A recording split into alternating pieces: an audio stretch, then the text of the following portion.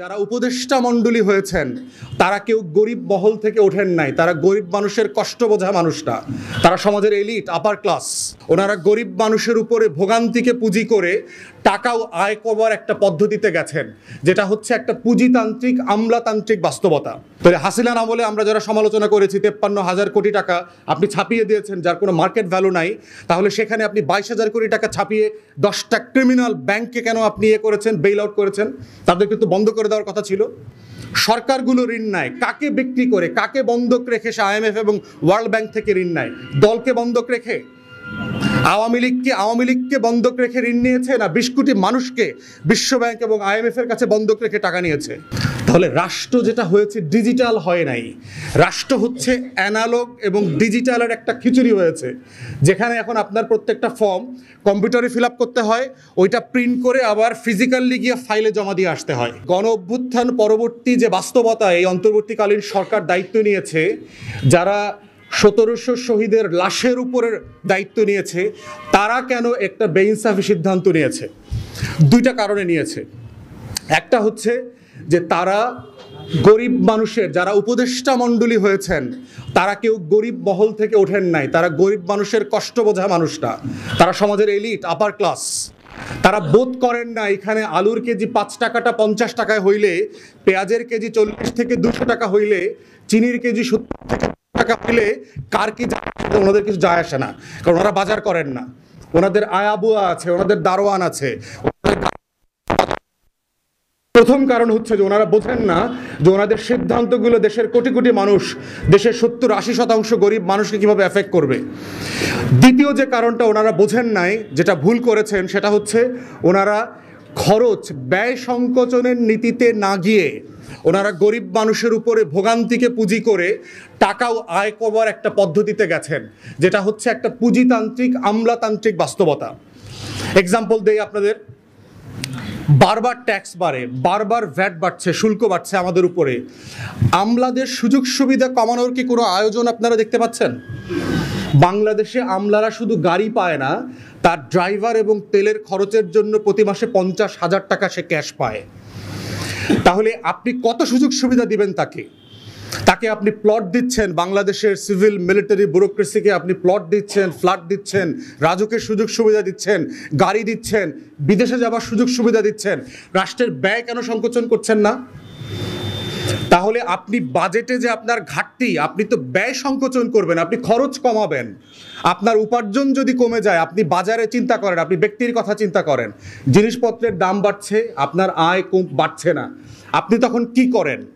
আপনি কি জোর করে ঋণ করে খান, না আপনি খাওয়ার পরিমাণ কমায় দেন, আপনি বাজারের পরিমাণ কমায় দেন? আগে 7 দিনে গরু গোশত খেতেন, এখন 2 সপ্তাহে খান, মাসে একবার খান।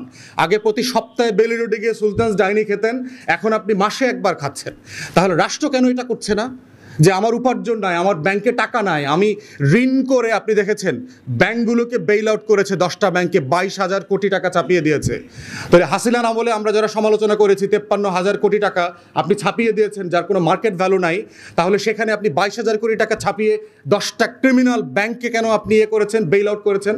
তাদেরকে তো বন্ধ করে দেওয়ার কথা ছিল। আমরা দেখলাম শেয়ার মার্কেটে আপনার ICBকে 3,000 কোটি টাকা দিয়েছে, যার 2,000 কোটি টাকা ICB বিভিন্ন ব্যাংকে শোধ করে দিয়েছে। 33 লক্ষ শেয়ার বাজারি, তাদেরকে টাকা দেওয়া হচ্ছে না কেন?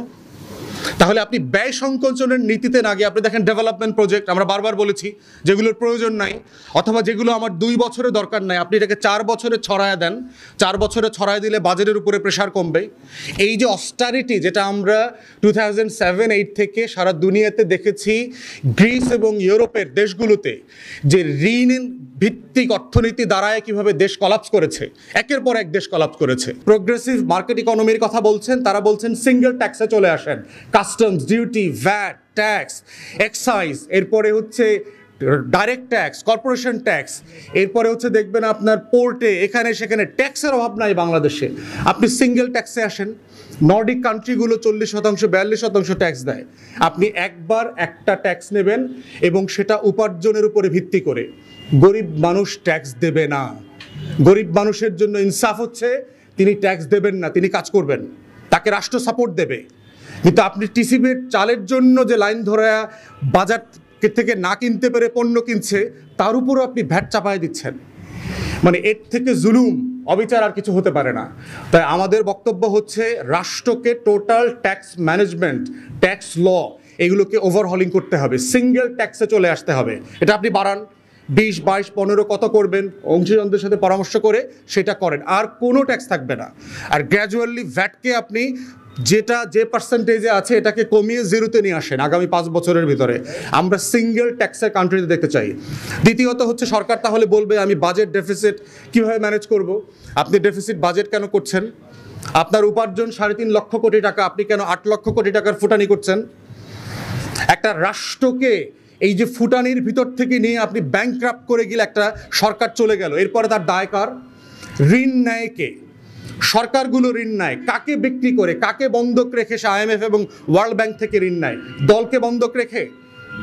আওয়ামী লীগকে বন্ধক রেখে ঋণ নিয়েছে, না 20 কোটি মানুষকে বিশ্ব ব্যাংক এবং IMF এর কাছে বন্ধক রেখে টাকা নিয়েছে? তাহলে আমাদের বক্তব্য হচ্ছে যে সরকার থাকবে আপনার দলকে বন্ধক রেখে ঋণ নেন, 20 কোটি মানুষকে বন্ধক রেখে ঋণ নিয়ে লুটপাটের যে বাণিজ্য, এই বাণিজ্যের অর্থনীতি থেকে আমরা বের হয়ে আসতে চাই। আমরা আয়ের ভিত্তিতে চলতে চাই, জনগণের টাকায় চলতে চাই। এত প্রবৃদ্ধি, এমপ্লয়মেন্ট নাই কেন? 40 লক্ষের উপরে শিক্ষিত গ্র্যাজুয়েট ছেলেমেয়েরা কেন বেকার? তাহলে আপনার স্ট্যাগফ্লেশন চলছে, যে আপনি শুধু দেখাচ্ছেন কৃত্রিমভাবে আপনার ইকোনমি বড় হচ্ছে, কিন্তু প্রবৃদ্ধি নাই, জব নাই, কর্মসংস্থান হচ্ছে না, এবং জেনুইন কোনো ডেভেলপমেন্ট আমরা রাস্তা দেখতে পাচ্ছি না। বরং দেখতে পাচ্ছি 16 থেকে 25 বিলিয়ন ডলার প্রতি বছর লন্ডার হচ্ছে, বাইরে চলে যাচ্ছে। তাই সামারি হচ্ছে, দুইটা সামারি এবি পার্টির পক্ষ থেকে। একটা হচ্ছে সিঙ্গেল ট্যাক্সে আসতে হবে, গ্র্যাজুয়ালি ভ্যাট বিলুপ্ত করে দিতে হবে, সকল ট্যাক্স বিলুপ্ত করে দেন। দ্বিতীয়ত হচ্ছে অস্টারিটি মেজারে আসেন। আমার যে গভর্নমেন্টের সাইজ দেখেন, আমার 60টা মন্ত্রী, আমেরিকার ফেডারেল মিনিস্ট্রি হইল 16টা 17টা। আপনি কি আমেরিকার থেকে বড়লোক দেশ হয়ে গেছেন? আপনার এত মন্ত্রী লাগবে কেন? এত সচিবালয় লাগবে কেন?